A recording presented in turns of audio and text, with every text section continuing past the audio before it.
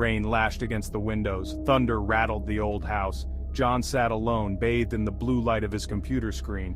An email notification chimed. The sender was unknown. The subject line sent a chill down his spine. The archive awaits. His finger hovered over the mouse. Curiosity warred with a deep sense of foreboding. He clicked. The screen flickered. A single line of text appeared. "Do you wish to know the truth?" John hesitated. He glanced at the shadows lengthening in the corners of the room. Against his better judgment, he typed a single word. "Yes." The screen went dark. An address materialized, followed by a single instruction. "Come!" The address led to an abandoned building on the edge of town. John found himself drawn to its dilapidated facade. He stepped inside, the air thick with dust and the smell of decay. The only light came from his laptop, its glow illuminating the swirling motes of dust. He placed the laptop on a dusty table. The screen flickered. A message appeared. "Welcome to the archive." A list of names scrolled down the screen, each one a hyperlink to a file. The first name was his. With trembling fingers, John clicked. The file opened to reveal a collection of documents. His deepest fears and darkest secrets laid bare for all to see.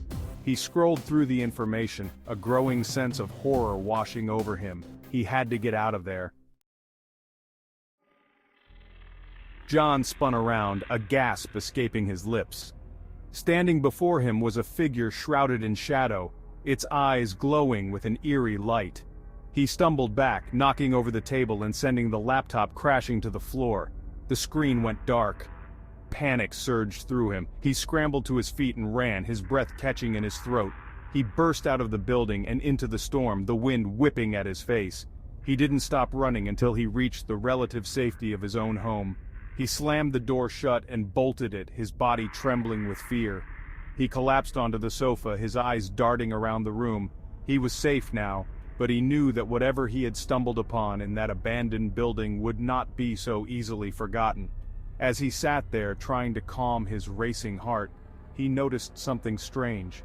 There was a face at the window, the same eyes that were watching him now. Sleep offered no escape. Nightmares plagued him, filled with shadowy figures and whispering voices. He would wake in a cold sweat, the feeling of unseen eyes upon him lingering long after the dreams had faded. His reflection in the mirror became a stranger, his eyes haunted, his features drawn. The boundaries between reality and nightmare blurred. The whispers followed him, seeping from the walls, hissing from the drain. He tried to distract himself, to lose himself in work, in books, in the mundane routines of everyday life.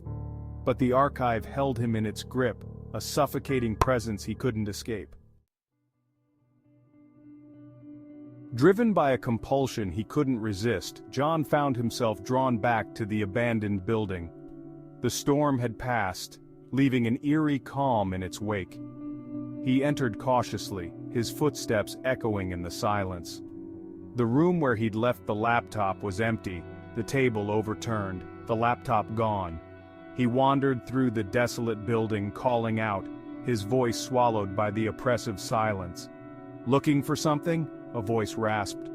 John whirled around to find himself face to face with an old man. His skin was like parchment, stretched taut over bone, his eyes like two chips of obsidian.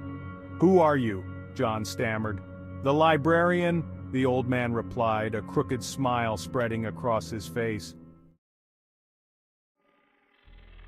Panic surged through John. He backed away, his eyes darting around the room, searching for an escape. The librarian chuckled, a dry, brittle sound.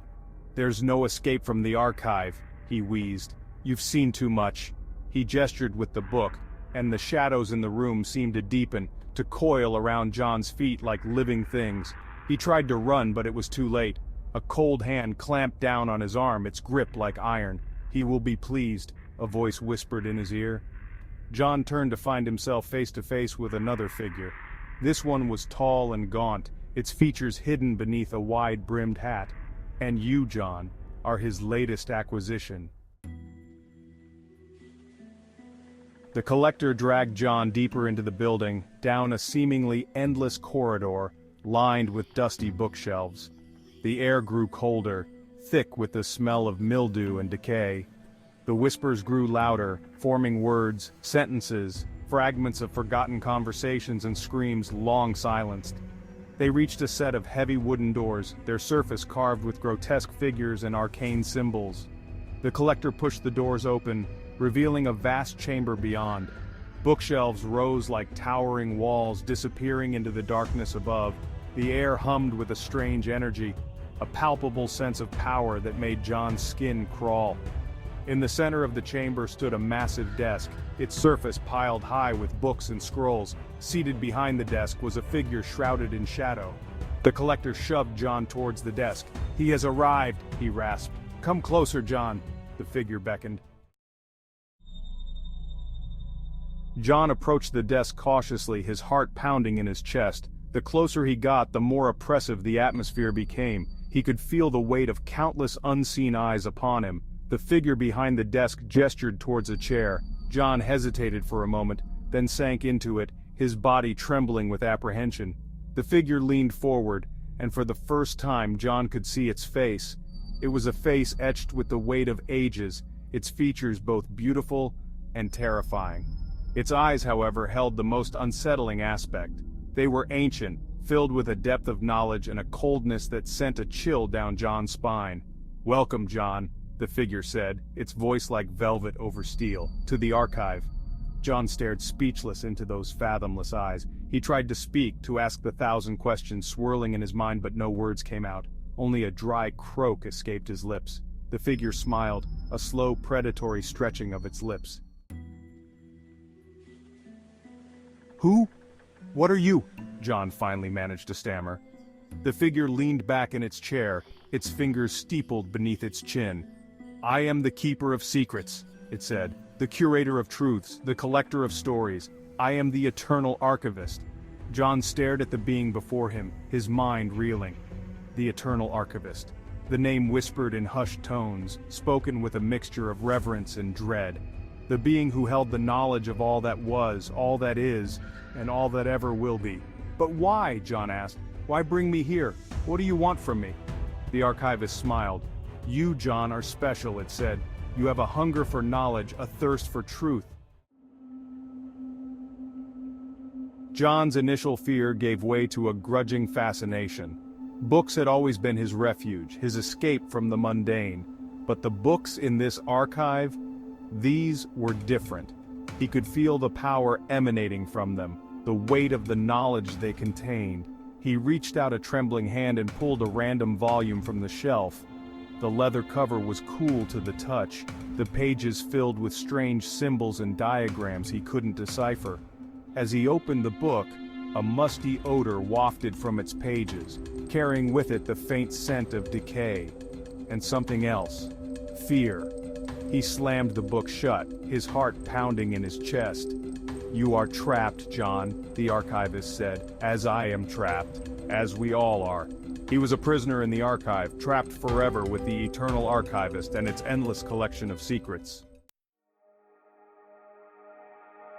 Time lost all meaning within the archive. Days bled into weeks, weeks into months, months into years. John immersed himself in the endless sea of knowledge, devouring information. He learned of forgotten civilizations, of ancient gods and monstrous creatures. He delved into the secrets of the universe, unlocking mysteries that would drive lesser men mad. But with each new piece of knowledge, a seed of darkness sprouted within him. He became withdrawn, his once bright eyes now cold and calculating.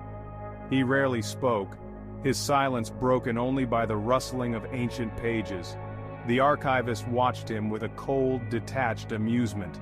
The hunger for knowledge was a powerful drug, one that consumed all who dared to indulge. For the Eternal Archivist was not merely a collector of knowledge, it was a devourer of souls.